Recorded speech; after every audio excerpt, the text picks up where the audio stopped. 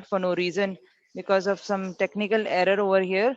So let's begin with the lecture. Today we are going to discuss about hyper and hypoparathyroidism.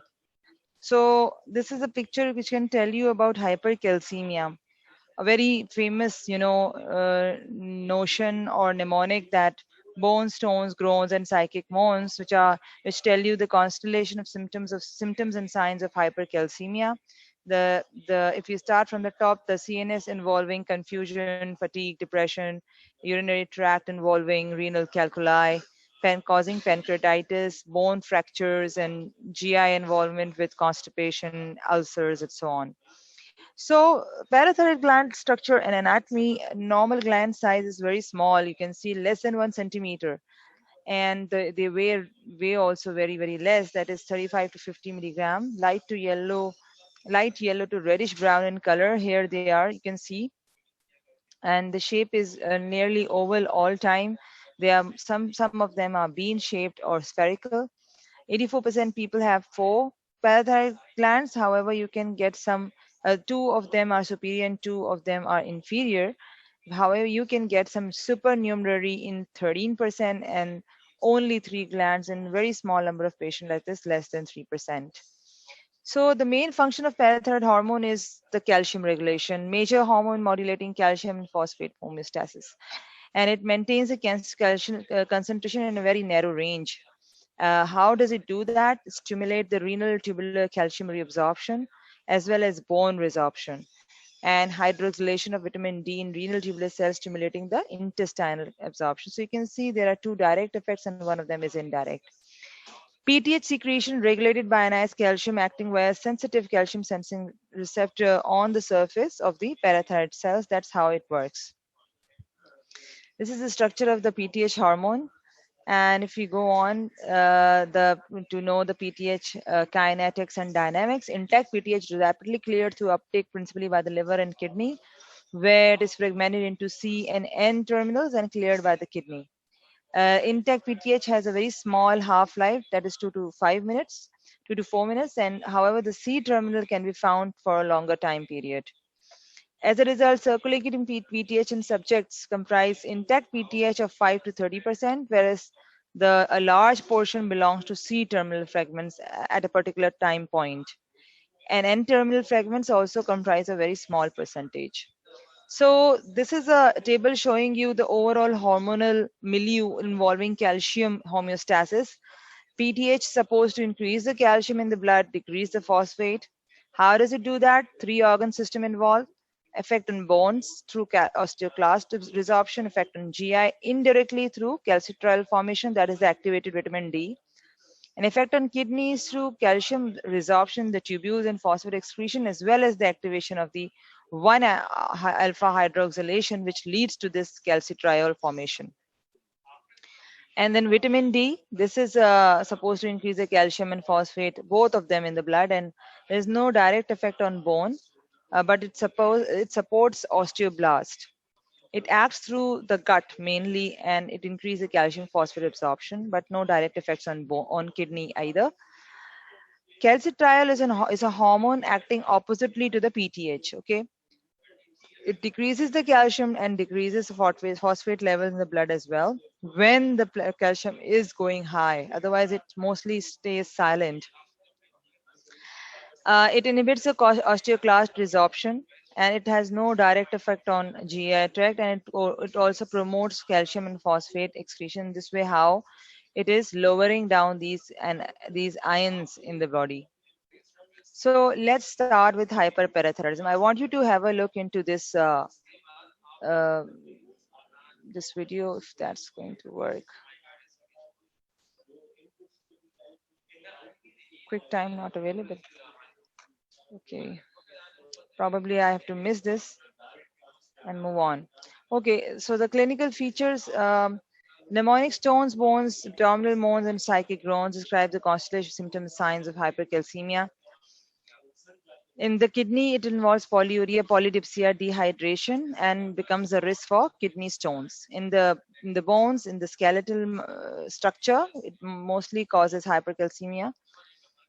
Most causes of hypercalcemia are associated with increased bone resorption and thus fracture risk. The GI tract, it causes anorexia, constipation, nausea, vomiting. I've explained the picture earlier as well. In the CNS, again, depression, decreased alertness, confusion, and coma. The cardiovascular system, it can cause short QT interval, variable degrees of heart blocks, cause and exacerbate hypertension. And in the eyes, it can cause soreness, leading to band keratopathy. So, how will you investigate a case of hypercalcemia when you are suspecting hypercalcemia or hyperparathyroidism in a particular case with so and so constellation of symptoms that I just discussed? Then first thing you have to do is to check the serum calcium level. Okay, and you must adjust that calcium level for the presence of albumin. So you call it an albumin corrected calcium because there is a relation with calcium here. As the albumin level goes down, calcium level goes up, and as the albumin level is normal or goes up, in rare cases, serum calcium goes down. So you must correct it for calcium for the presence of albumin amount of albumin. And then when you're sure that this is a hypercalcemia, then determine the mechanism. For that, you have to check PTH levels, check the urinary calcium to determine the calcium creatinine excretion ratio, and then check for any end organ damage in that particular case. Because hypercalcemia leads to some organ damage, so you have to, get an evidence of whether end organ being damaged or not. So you go for a 24-hour urinary calcium that can give you an idea of increased excretion through the kidneys and a risk of renal calculi. Sometimes calculi are already there. You go through an imaging, ultrasound, find that. Skeletal survey, spine and hands can tell you typical features of hyperparathyroidism causing hypercalcemia. And then bone mineral density, which is assessed by dual X-ray absorptiometry, that is DEXA scan. Then when you are sure, okay, this is an end organ damage caused by calcium, and PTH sometimes PTH is not the reason, then you may seek other underlying causes. You check an X-ray, go for full blood count and ESR. This is done because sometimes tuberculosis, sarcoidosis, and other fungal infections can cause hypercalcemia. Then you check for renal and liver functions to see if there is a renal cell carcinoma or a hepatocellular carcinoma or underlying renal liver pathology which is leading to hypercalcemia. Thyrotoxicosis is also associated with hypercalcemia, so you must check for that. Then check for vitamin D levels. Is it a vitamin D toxicity going on? Or there is rarely an increased conversion to alpha calcidiol sometimes happening in the macrophages or in conditions like tuberculosis and sarcoidosis. And sometimes you have to go for these cumbersome type of and special type of tests.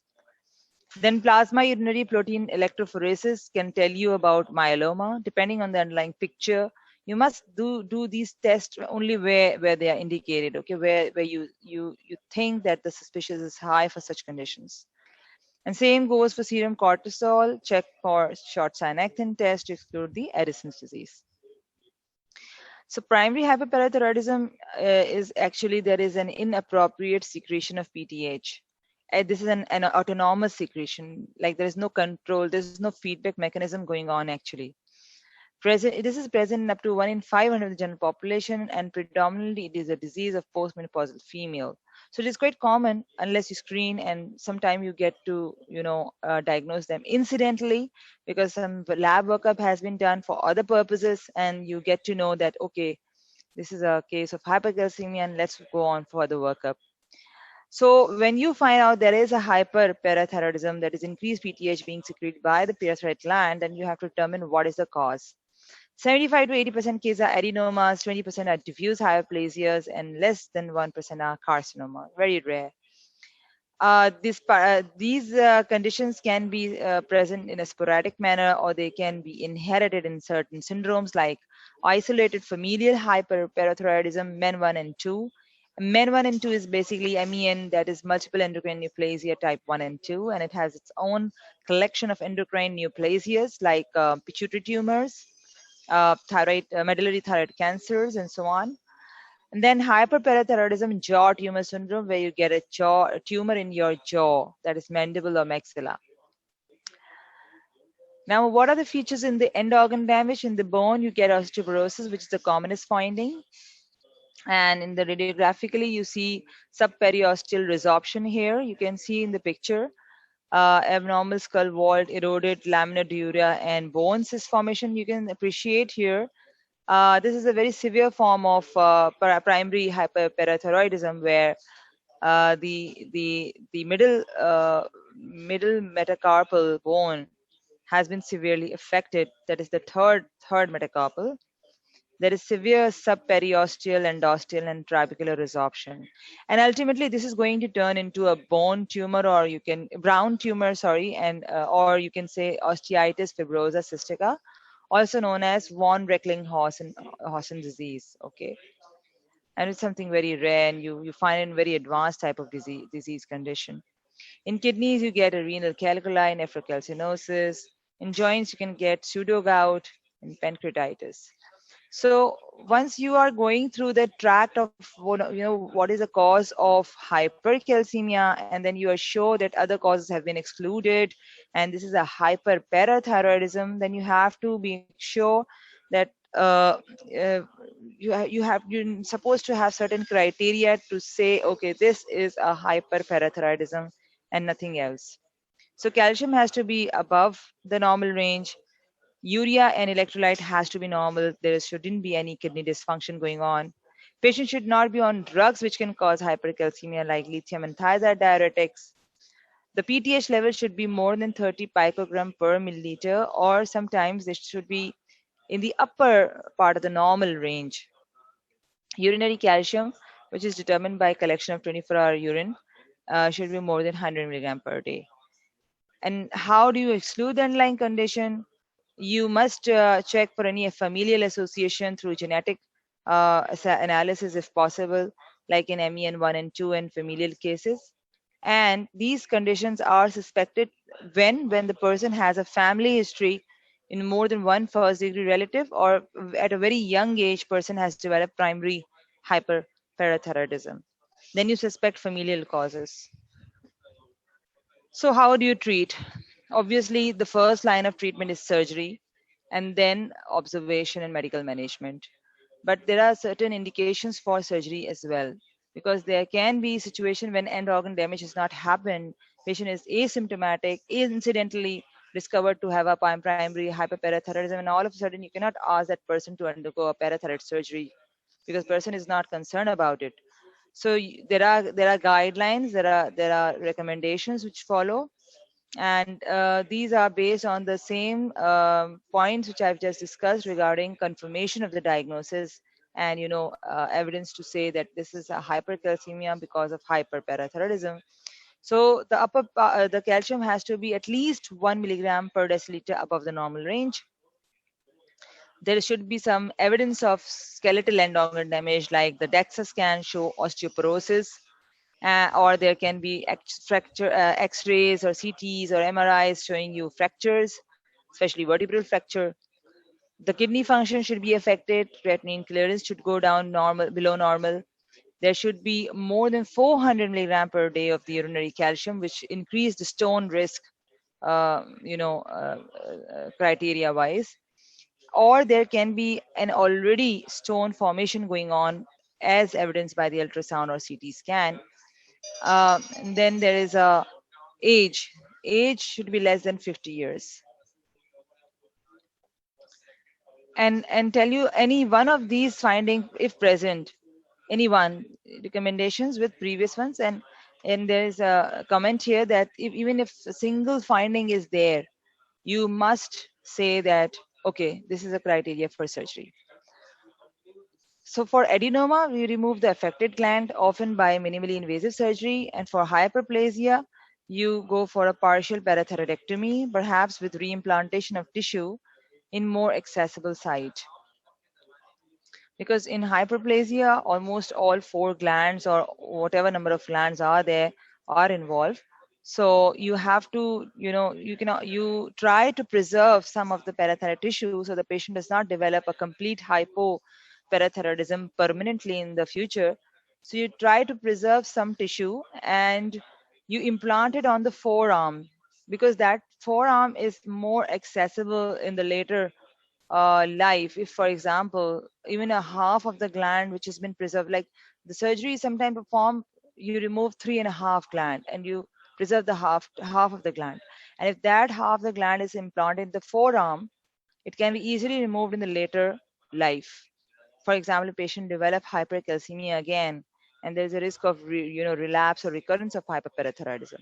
So once you've diagnosed and you've planned that okay, this patient has to undergo surgery, only then you go on for imaging studies and localizations, because localization is important only when you are planning to treat through surgery. If you're not, then it doesn't matter where the parathyroid gland is or parathyroid adenoma is, or because there are two superior and two inferior, which one of them is having an adenoma. Because if the patient does not fit into the criteria for surgery and you're just going to observe or treat medically, then you don't have to spend so much money on getting an imaging done. But unfortunately, even in our practice over here, we have seen that ultrasounds and scans and different type of special scans are often done. So it only form part of the pre-operative assessment and is not indicated in the diagnosis, because your diagnosis that you're making is on the clinical ground and on the biochemical ground.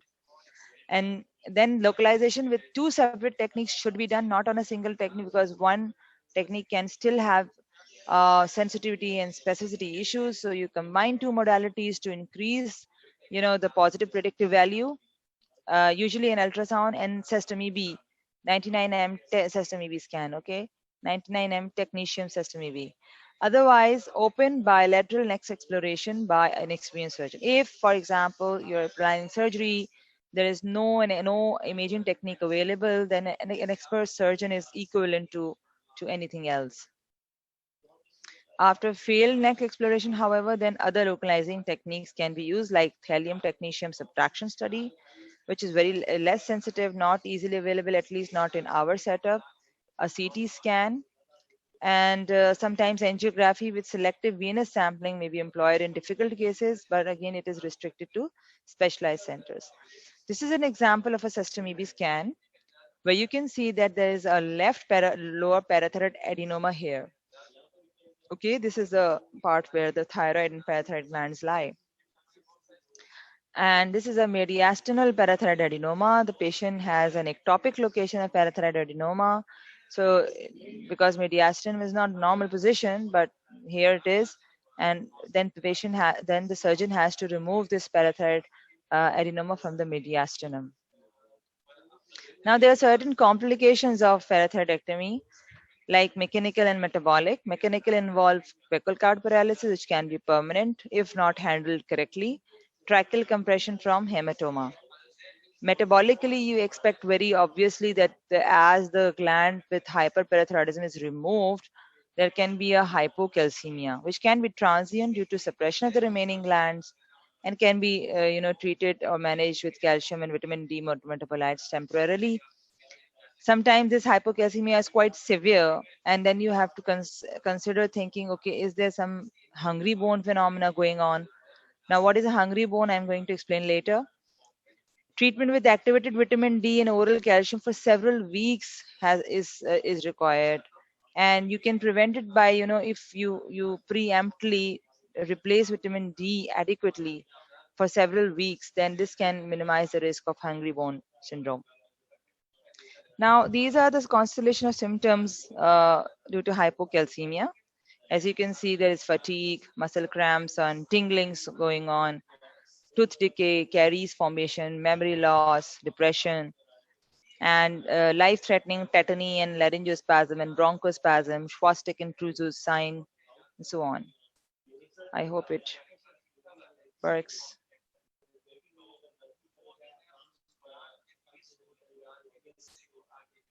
Okay. So this was basically a video for to demonstrate you the Schwastik sign actually. The QuickTime player is not available on this computer, unfortunately. So this, as you see, this is a patient, for example, who has undergone parathyroid surgery. Okay, and Now this patient might have a hypocalcemia because the parathyroid has been removed. How do you demonstrate or elicit a Schwastic sign? Schwastic sign is basically when you tap on the facial nerve in front of the tragus of ear that cause twitching of the muscles around the angle of the mouth. Okay, this is a very nice half a minute video, but unfortunately it's not working here. Okay, again, Trousseau sign. Trousseau sign is when you increase the systolic blood pressure above 10 to 20 millimeter above normal and normal of the patient, and keep the cuff inflated for say 1 to 2 minutes. At that time, you get a wrist flexion and a metacarpophalangeal joint flexion, especially the index and middle fingers, and there is a extension of the interphalangeal joints, and this results in severe spasm. Okay, this is how it is. Okay, so a magnesium deficiency can also happen in post-parathyroid surgery patients because there has been a previous hyperparathyroidism which has caused renal wasting of magnesium. So you must replace magnesium in such cases as well. Sometimes there is chronic magnesium deficiency going on, which actually impairs the release of PTH and cause functional hypoparathyroidism and hypocalcemia. Then calcium management following total parathyroidectomy. Once you've identified that hypocalcemia is there, then it is you cannot let it go. You have to manage it. You have to think see how severe it is. You may sometimes have to give IV calcium, IV infusions, and consider giving activated vitamin D like alpha calcidiol. This dose may be insufficient, but sometimes prevent life-threatening and it's unlikely to cause serious toxicity. So in acute management, that is the life-threatening hypocalcemia, you have to give a solution of calcium gluconate and monitor cardiac rhythms at the same time. And this is done usually in the emergency room or in the ICU setup. So patient may sometimes need ongoing replacement for a couple of days unless the patient becomes stable enough. Because the most life-threatening issue with hypocalcemia is laryngeo and bronchospasm, which can cause death of the person, or seizures. Seizures can also cause death. And so meanwhile, IV replacement is going on. You can start the patient on oral vitamin D and calcium supplements. Other option than surgery is the observation, and it is mostly suitable for patient with mild disease, no evidence of end-organ damage. You monitor such patients over many years unless they develop the end-organ damage. And how do you monitor is you do an annual calcium serum, serum calcium and renal functions, check the blood pressure on each visit. Every 2 to 3 years, you may go on for skeletal and renal evidence of end organ damage, doing bone mineral density and renal ultrasound. Any change in such parameters becomes an indication for surgery as before. And this is the same as I've explained. Coming on to medical management, it is only indicated if the patient is not suitable surgery. And this is sometimes when the patient is quite old, not fit for anesthesia and so on. The patient is not getting fitness for surgery, or sometimes patient don't choose to undergo such surgery because this is a big surgery, and your neck is getting explored. There are vital structures over there. So patient might ask you, okay, treat it medically. I don't want to go undergo surgery. Hormone replacement therapy in such cases can help in preserving bone mass, but then you have to consider the long-term risk of hormone replacement therapy, that is the breast cancer, venous thrombosis, heart disease, and so on. And this may be a good option in females, but not all. Then comes the bisphosphonates. It preserves bone mass, but hypercalcemia in the blood or in the urine is not practically affected. You may go on to have a high calcium in such levels. And then this is a specific treatment for medical treatment of hyperparathyroidism, that is calcium sensing receptor agonist, that is cinacalcet. And 30 milligram is taken twice daily. It reduces serum but not urinary calcium. It increases the sensitivity to calcium sensing receptor, decreasing the PTH secretion. It acts on the parathyroid gland, and through that it functions to decrease the PTH secretion, which in turn decreases serum calcium. Now, this cannot be used in all cases, and it is licensed for severe secondary hyperparathyroidism patients on dialysis. Parathyroid carcinoma cases, because sometimes parathyroid carcinoma is far advanced to become clinically evident, and you cannot, offer surgery in such cases. Patients with primary hyperparathyroidism in whom parathyroid surgery is contraindicated, clinically inappropriate, as I've discussed earlier, and it may also be used after failed neck exploration.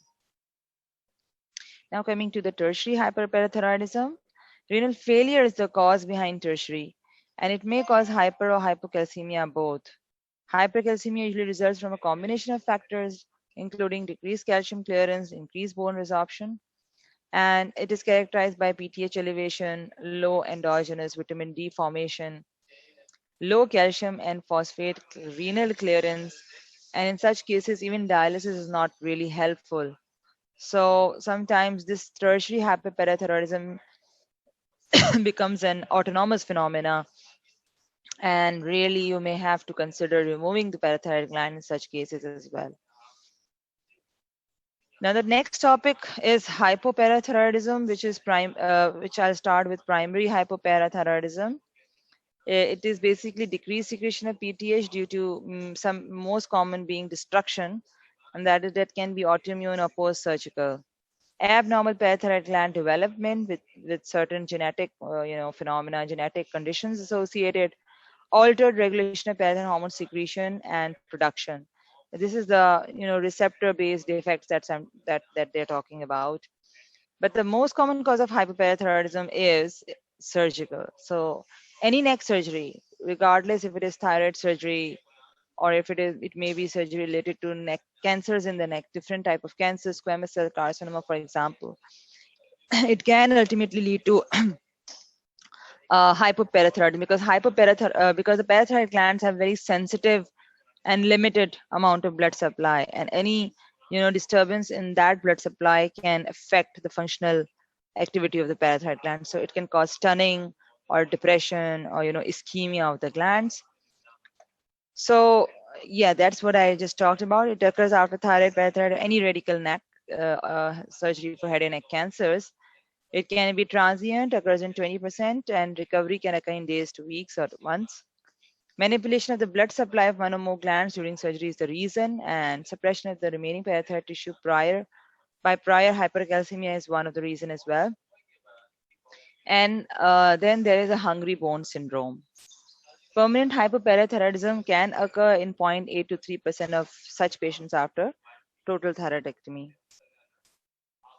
So let me explain you what is a hungry bone syndrome here. When there is a hyperparathyroidism going on, okay, PTH level is high. Parathyroid is supposed to take all the calcium from the bones. I hope you're getting me on that. So what happens? The bones become empty. Then what happens when the patient undergoes surgery? You remove the adenoma or hyperplasia gland that is the source of the high PTH in the blood.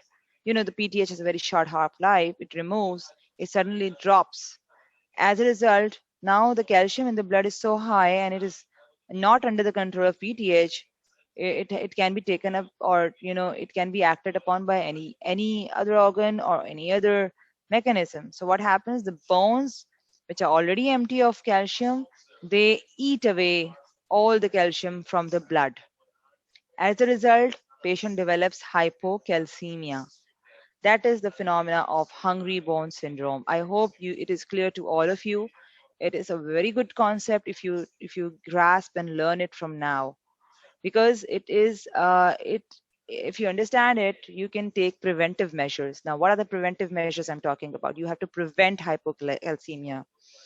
To prevent that, if patient with hyperparathyroidism undergoing surgery should be checked for any vitamin D deficiency coexisting, and can be replaced with vitamin D in small doses, not very high doses, so that it acts wisely and timely post surgically. When PTH is gone, it is there in the gut. Vitamin D is there in the gut to absorb all the calcium from the gut, and it is there to help calcium getting stabilized in the blood rather than getting trashed away into the bones. I hope you all have, you all can, you understand this, because this is something important. People can ask you and tell you that no, don't give vitamin D, it can lead to more hypercalcemia. No, you can do it judgmentally under guidance, and obviously a specialist is supposed to do that. Uh, Now, other cause of autoimmune primary hyperparathyroidism is an autoimmune phenomena, immune-mediated destruction of parathyroid gland, which is usually permanent, activated antibodies to calcium-sensing receptors that can decrease PTH secretion. It is a common feature of polyglandular syndromes, polyglandular autoimmune syndrome, which can have diabetes, hypothyroidism, Hashimoto's, Graves, type 1 diabetes, celiac disease, and so on. Other causes include radiation to the neck, which can lead to primary hypoparathyroidism, and some storage inflative disease like hemochromatosis, Wilson's disease, or metastatic cancer. Then I told you about abnormal parathyroid gland development related to the genetic causes. So there can be some genetic defects, X-linked or autosomal recessive disorders, and abnormal parathyroid gland development itself. Then there is a condition called parathyroid hormone resistance, which is pseudo hypoparathyroidism. So the PTH is there, PTH is getting released from the parathyroid gland, but it's not acting on the target organs. It presents in childhood. Usually patients are short statured, stouty, they have typical faces, they have short metacarpals. A group of heterogeneous disorders defined by the target organ unresponsiveness, characterized by hypocalcemia, hyperphosphatemia, and elevated PTS. Just biochemically, it's just similar. But the only thing is that there is elevated PTH rather than low PTH. So the etiology of hypocalcemia may be obvious from the clinical history. Family history should be taken to determine any genetic cause. Chronic hypocalcemia can occur in patient with activating mutation of calcium sensing receptor and in pseudo hypoparathyroidism. So patient with pseudo hypoparathyroidism, short statured, not growing well, they suffer from chronic hypocalcemia, low level of calciums. If you they take their medical file or data file, you repeatedly see calcium checking going on, which is repeatedly found to be in the low normal or low range. Acquired hyperparathyroidism is most often the result of post-surgical or autoimmune damage. Post-surgical hypoparathyroidism can occur after any thyroid parathyroid neck surgery, and autoimmune can occur as an isolated abnormality or as a common feature of polyglandular. So this is how you determine the cause of hypercalcemia clinically. These are the clinical manifestations. I've explained you the Trousseau and the Schwastic sign. These are the neuromuscular irritability features. Then there are cardiac involvement. There is hypotension, heart failure, arrhythmias. And in chronic cases, you can get ectopic calcification on the basal ganglia. Sometimes patient can come with you an MRI scan, and then you can find basal ganglia calcification, which is a very important clinical sign. And obviously, basal ganglia is involved with extrapyramidal features, so you can get experimental signs like tremors, rigidity, Parkinsonism, dementia, and so on. Now, what is tetany? Tetany consists of repetitive high-frequency discharge after a single stimulus. Hyperexcitability of the neurons is the most important physiologic effect of hypercalcemia. It can be mild and it can be severe. In mild cases, there may be numbness, paresthesias, and muscle cramp, but in severe cases, you get this spasm, laryngospasm, and seizures. Less specific symptoms of hypocalcemia and related to tetany are fatigue, hyperirritability, and anxiety. And there can be autonomic manifestation like diaphoresis, bronchospasm, and biliary colic as well. Then experimental disorders can occur like basal ganglia calcification can cause long-standing hypoparathyroidism. There can be movement disorders like hemibolismus, chorioathetosis, or oculogyric crisis, I told you earlier. There can be dementia. Sometimes there can be asymptomatic presentation. Ocular disease through cataract formation can be there. Young patient, or short-statured young children can have cataracts. So you must think about these metabolic abnormalities in such cases. There can be dental abnormalities, usually when hypercalcemia is present during the early development, early childhood. So dental caries, dental shedding, inadequate dental development can be there. Hyperplasia, tooth eruption, defective enamel formation, and so on. And early treatment of hypocalcemia in such cases, rightly identified, needs to be done so as to avoid it. The ectodermal manifestation of hypocalcemia can be dry skin, puffy skin, and coarseness, coarse, brittle hair, patchy alopecia, brittle nails, and you have to correlate the severity and chronicity in such cases, and this is very important. Reversible with the restoration of normal calcemia. Then there is a condition called moniliasis, or is also called candidiasis or mucocandidiasis, which is usually associated or component of polyglandular syndrome. Because there is a defective cellular immunity in such cases, and despite the correction of hypocalcemia, it is not, corrected. And usually the nails, skin, GI tract are involved, and it is very refractory to antifungal therapy. In the kidneys, you get a hypocalciuria is a feature, and because there is a loss of stimulatory effect of PTH on the renal tubular calcium reabsorption. Urinary calcium excretion is relatively high in patients with hypoparathyroidism because there is no reabsorptive effect of PTH on the kidneys anymore. Frank hypercalciuria can occur if you try to replace calcium in such cases, and try to raise the serum calcium towards normal or even the upper. So when you are managing a case of hypocalcemia, make sure you don't try to make it up to mark, or bring the calcium in the mid to high normal range, because that can lead to a high hypercalciuria and lead to kidney stone formation. Now, to evaluate a case of hypoparathyroidism or hypocalcemia, you measure the intact PTH. Other measurements are magnesium, creatinine, phosphate. So you do a complete bone biochemistry, look for any end organ damage, like doing the creatinine and kidney functions, and so on. And based on the patient's history, you do selective testing.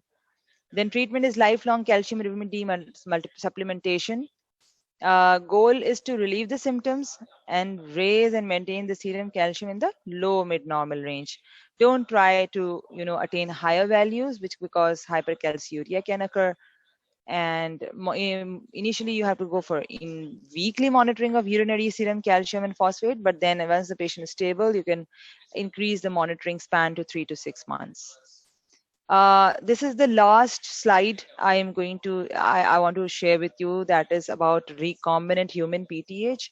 In cases with primary hypoparathyroidism due to autoimmune or idiopathic causes, when you find that PTH is not there and patient requiring high calcium supplements, like number of tablets are too much to eat. I have patients who have to take 4 tablets of calcium 3 times a day, so that's a huge pill burden. So what happened that in 2015, FDA approved Netpara. Netpara is a recombinant PTH. It controls the low blood calcium in patients with hypoparathyroidism. These are the different doses you can see here. And basically what happened that in clinical trials, when Natpara treated patients were found to have normal calcium levels, and their calcium supplements and activated form of vitamin D supplements were reduced sufficiently as compared to placebo. Thank you all very much, and I can take any question if you have, but I think there is no time. Unfortunately, this was all because of technical issue. Maybe I should stop sharing now. जी ओवेस, क्या मैं sign of हो जाऊं? Hello?